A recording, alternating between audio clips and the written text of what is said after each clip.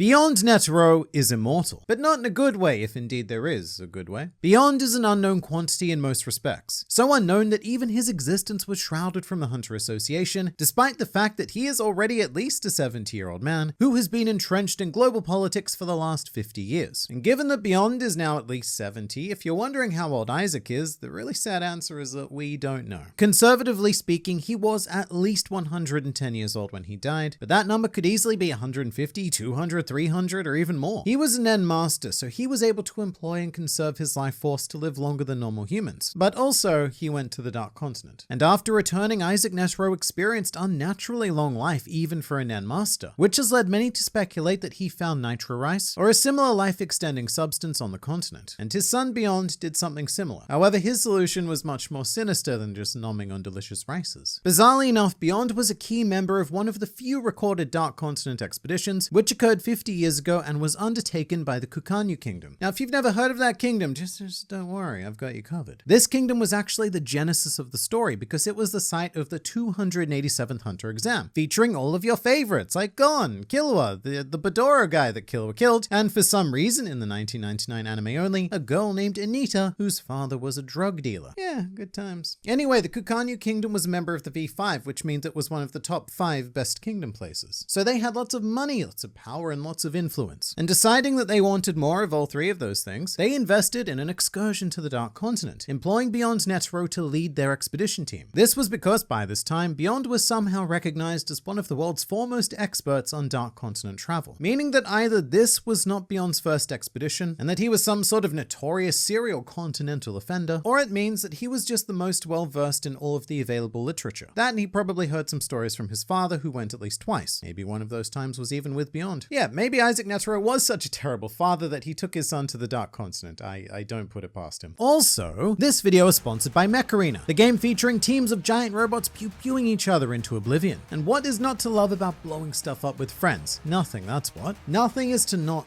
love about what? It's fun is what I meant to say. And it's just gotten even more fun because world-famous soccer star Neymar Jr. has stepped onto the battlefield as a limited edition mech pilot that you can get for free just by playing. Neymar boosts your damage from missile and assault weapons, plus he's the only pilot in the game with a special perk of longer and more often mech sprinting. He is the strongest pilot in the game. And to get him, you just need to play Mecharena on 7 different days between October 6th and December 18th. Plus, install Mecharena on mobile and PC using my personal link or QR code, and you'll get this free starter pack worth $15, an amateur crate, 300 A-coins, and a pulse cannon 4 to kickstart your game. And if you're quick, you can add me to your friends as Grand Line Guy, and we can play matches together on mobile or PC. So do that thing, but for now it's back to you. Me? The main reason why Beyond was hired was to circumvent the Hunter Association and the other V5 nations, who, if they'd known of the Kukanyu Kingdom's intentions, would have made life very, very politically difficult. Now, Beyond's team was supposed to follow a previously mapped route, potentially from the book written by Don Freaks, and they were in search of an alchemy plant known as Metallion, which assumedly would have revolutionized humanity in some way, shape, or form. Here's the thing though, they succeeded. They actually succeeded. I mean, at first, anyway. They managed to secure the Metallion. However, at this point, the team went off route and encountered one of the 5 calamities, being Zobai. And obviously, it's a little bit mighty suspicious that they went off route. And at this point, I would like to remind everyone that they were being led by Beyond. After which point, almost everyone in the expedition dies, the Metallion plant died, and only 6 survivors returned to the human realm, 4 of which also die. There's more die happening there than most D&D games. And look, I'd say this expedition didn't go well, but 2 survivors is actually the second best result from one of these trips that we have ever recorded. But let's talk about quality of life for a second. Because the 2 survivors were Beyond Netero and an unnamed professional hunter, the latter of which is currently kept in the world's most secure prison/science facility because he is infected with Zobai. To touch on that a bit more, Zobai is known as the immortality disease. And some of you probably already know where I'm going with this, you're all very clever, but just stick with me. As a disease, Zobai has the officially designated threat rank of B+,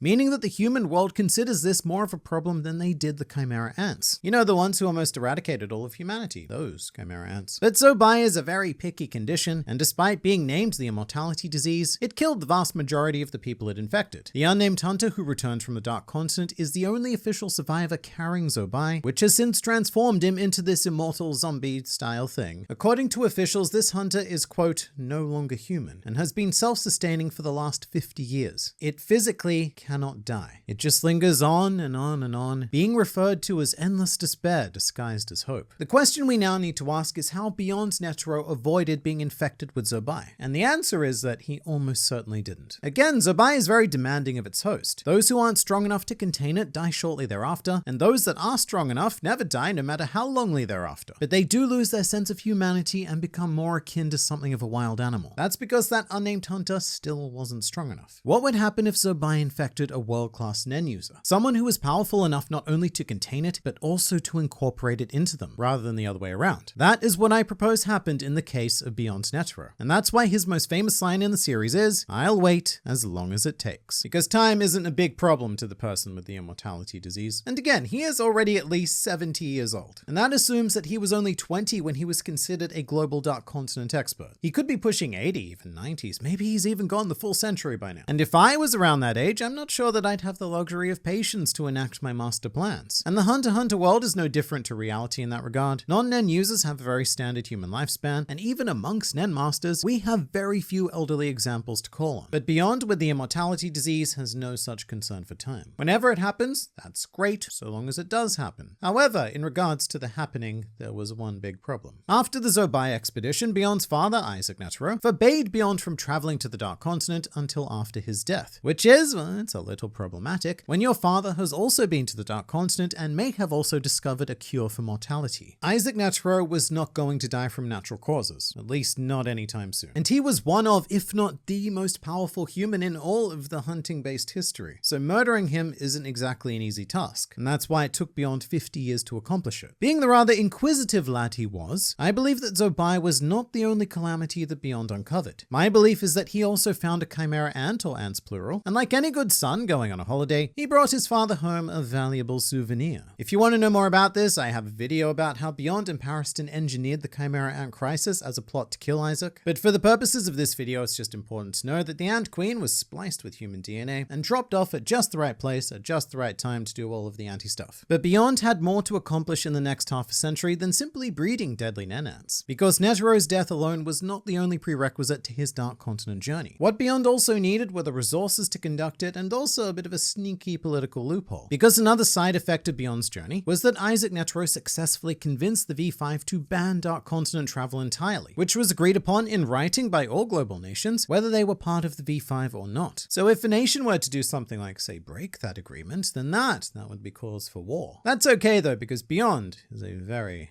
clever man. He set his sights on Kakin, which very conveniently was a nation located on the same continent as NGL and East Gorto, where the Chimera Ant crisis would play out. In fact, when Gon and Killua first encounter Kite, that is actually in the nation of Kakin. In the 2011 anime, Kite actually destroys a colony of Chimera Ants in Kakin, implying that they're native there, just on a much smaller scale. Almost as if someone introduced the species and was conducting tests to analyze their behavior. But that's all anime stuff, that's not manga canon. What's more important is that 30 years ago, Kakin underwent a political shift, transforming from a socialist empire into a parliamentary democracy, almost overnight in an event dubbed the most silent revolution in history. And the thing is, we don't know a whole lot about what that revolution actually did. The previous royalty of Kakin remained installed, and the life of the everyday people was very much the same as ever. However, what it did was change the name of the empire. Previously, it was called Kakin, but after the revolution, it was renamed simply to Kakin, which meant that technically it was a new country, and thus not bound by all of the former agreements made by the country that it is now not. So Kakin are free to go to the Dark Continent if they so choose to. And so I believe that Beyond Netero orchestrated this silent revolution in conjunction with either King or Prince Nasubi, whichever he was at the time. Beyond may have even agreed to back Nasubi during his own succession war and ensure that he becomes the next king of Kakin in exchange for this very minor technical country changing request. And of course, as time went on, Beyond convinced Nasubi that going to the Dark Continent, that was a very good idea because Kakin would flourish flourish. And in fact, not only to go, but to settle on the Dark Continent. So look, it took 3 decades, but Beyond's patience paid off. He now had the resources and political means to launch another expedition. There was just one very Isaac Netero-shaped problem remaining. So everything I've said about Beyond so far, I think paints him as rather sinister. The whole, the plot to murder your father thing, that's pretty bad. But this is going to sound weird. I don't actually think it's as bad as it sounds. Beyond absolutely respected his father to some degree, considering that he obeyed Isaac's decree of not traveling until he was dead. And also, I think that the methodology by which Beyond may have chosen to kill his father was nothing short of an act of love. This is the Netero family we're talking about. They are far from your average group of gene sharers, and the bulk of Isaac Netero's entire existence was to seek a challenge, to find an opponent worthy of killing him and go all out for the first and the last time. Zystorm even once posited that he had hoped Beyond would be that opponent, someone strong enough to come and kill him. And in fact, my personal speculation is that Isaac set that death condition to actively encourage Beyond to take his life. But Beyond did end up granting his father's ultimate wish by providing him with an unstoppable Ant King, something to complete Isaac Netero's long and remarkable life. In the meantime, Beyond also provided an entree in the form of Pariston to serve as Isaac's vice chairman, a sort of interim opponent to keep him entertained until the ants were ready to be unleashed. In his own way, Beyond was honoring his father whilst also working towards his own goals. And that really changes my perspective on Beyond. The Zodiacs themselves even note how similar Beyond is to Isaac, and when Beyond was speaking on TV, Ginter stated that it was like Isaac was speaking directly through him. He also does have, at least publicly, a noble-ish goal. Beyond's promise with the expedition was that, no matter how many obstacles stand in the path to our goal, I promise I will remove them. Age, gender, nationality, employment, race, none of it matters. Everyone deserves an equal opportunity. Which are all well and good, but it does worry me because this is the Netero methodology we're talking about, and reaching those ideals is probably going to take us down a path of bloodthirsty brutality. I mean, Isaac Netero very much sculpted the world to his own ideals, instituting the Hunter exam to make sure that only the strong are cultivated with no respect for the weak whatsoever. And that's all going on the idea that we actually believe Beyond, and